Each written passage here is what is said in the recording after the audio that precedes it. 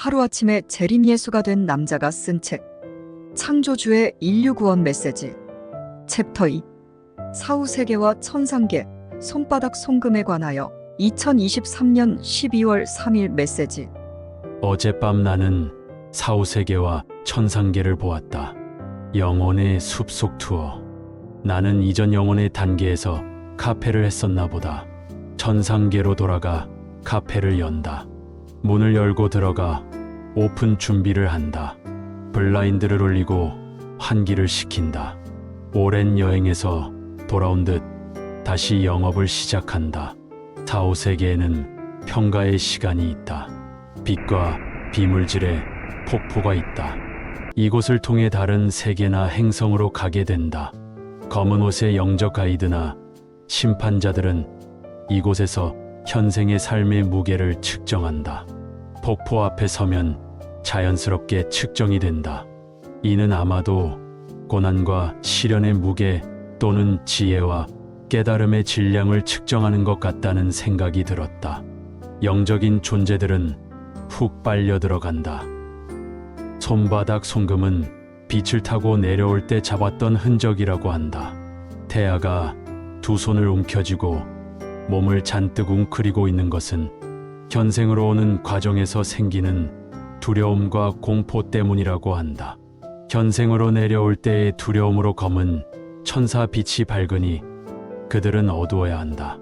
그래야 보이니까 영혼이 길을 잃지 않고 따라갈 수 있다.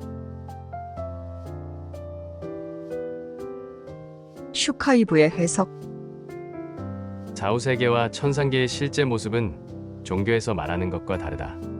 종교, 특히 기독교에서는 사람이 죽은 후 가게 되는 곳이 천국과 지옥 두 군데라고 말한다.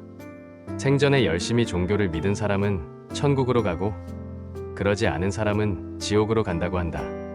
하지만 죽음 이후 실제하는 세계는 그렇지 않다.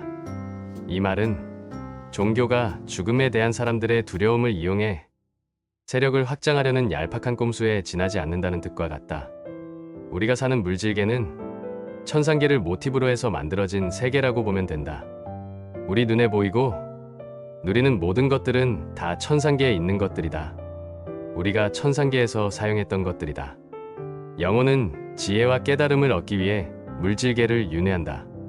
물질계에 사는 동안 인간은 다양한 체험을 하게 된다. 체험 속에서 얻게 되는 것들이 그의 영적 성장을 돕는다. 물질계의 삶을 마치고 간 천상계에서 인간으로서 체험했던 것들을 그대로 답습하는 영혼들도 있다. 천상계에서는 원하는 걸 상상만 해도 짠! 하고 코앞에 나타난다. 물질계에서 살 때의 경험들이 천상계에서 너무나 중요한 이유다. 자신이 물질계에서 보고 누렸던 것을 천상계에서 그대로 재현해낼 수 있기 때문이다. 아버지의 메시지를 전달하는 유리엘 대천사의 말에 의하면 인간의 삶을 마치고 사후세계에 가게 되면 평가의 시간이 기다린다고 한다. 종교계에서는 흔히 죽어 저승에 가면 얼마나 종교를 잘 믿고 신의 가르침대로 살았는지, 선하게 살았는지, 악하게 살았는지를 심판받는다고 한다. 그러나 사후세계에서는 그런 식으로 심판하지 않는다. 일단 사후세계로 넘어가면 빛과 비물질의 폭포 앞에 서게 된다. 이곳에는 검은 옷을 입은 영적 가이드나 심판자들이 기다리고 있다. 사후세계로 넘어간 영혼이 폭포 앞에 서면 저절로 전생에서 얻은 영혼의 지혜와 깨달음의 무게가 측정된다. 이때 영적인 존재들은 순식간에 폭포 속으로 빨려 들어간다. 인간으로 살면서 시련과 역경을 통해 얻는 지혜와 깨달음이 얼마나 중요한지 알 수 있게 하는 대목이다. 빛과 비물질의 폭포 앞에서는 전생에 대한 평가만 이루어지는 게 아니다. 이 폭포는 다른 세계나 행성으로 순간이동할 수 있는 포털로 쓰이기도 한다. 80억 인구 중 송금과 지문이 똑같은 사람은 단 한 사람도 없다. 과학이 눈부시게 발달한 지금도 손바닥 송금이 어떻게 생겨나는지 속 시원히 이야기해 줄 수 있는 사람이 없다. 이에 대해 유리엘 대천사는 아주 쉽고 명료한 설명으로 이해를 도와주었다. 송금은 영혼이 태아의 몸속으로 들어오기 전 사후세계에서 빛을 타고 내려올 때 잡았던 흔적이라고 말이다. 나는 이 이야기를 듣고 정말 영혼의 충격을 받았다. 그동안 이런 생각은 단 한 번도 해본 적이 없고 어디서도 들어보지 못한 말이었기 때문이다. 빛의 입자, 쉽게 말해 빗줄기에 의해 손바닥에 송금이 새겨진 것이라니. 태아는 엄마의 뱃속에서 두 손을 움켜쥔 채 몸을 웅크리고 있다. 이것도 영혼이 천상계로부터 물질계로 오는 과정에서 생겨난 두려움과 공포 때문이라는 것이다. 3차원인 지구 행성은 감옥 행성이기 때문이다.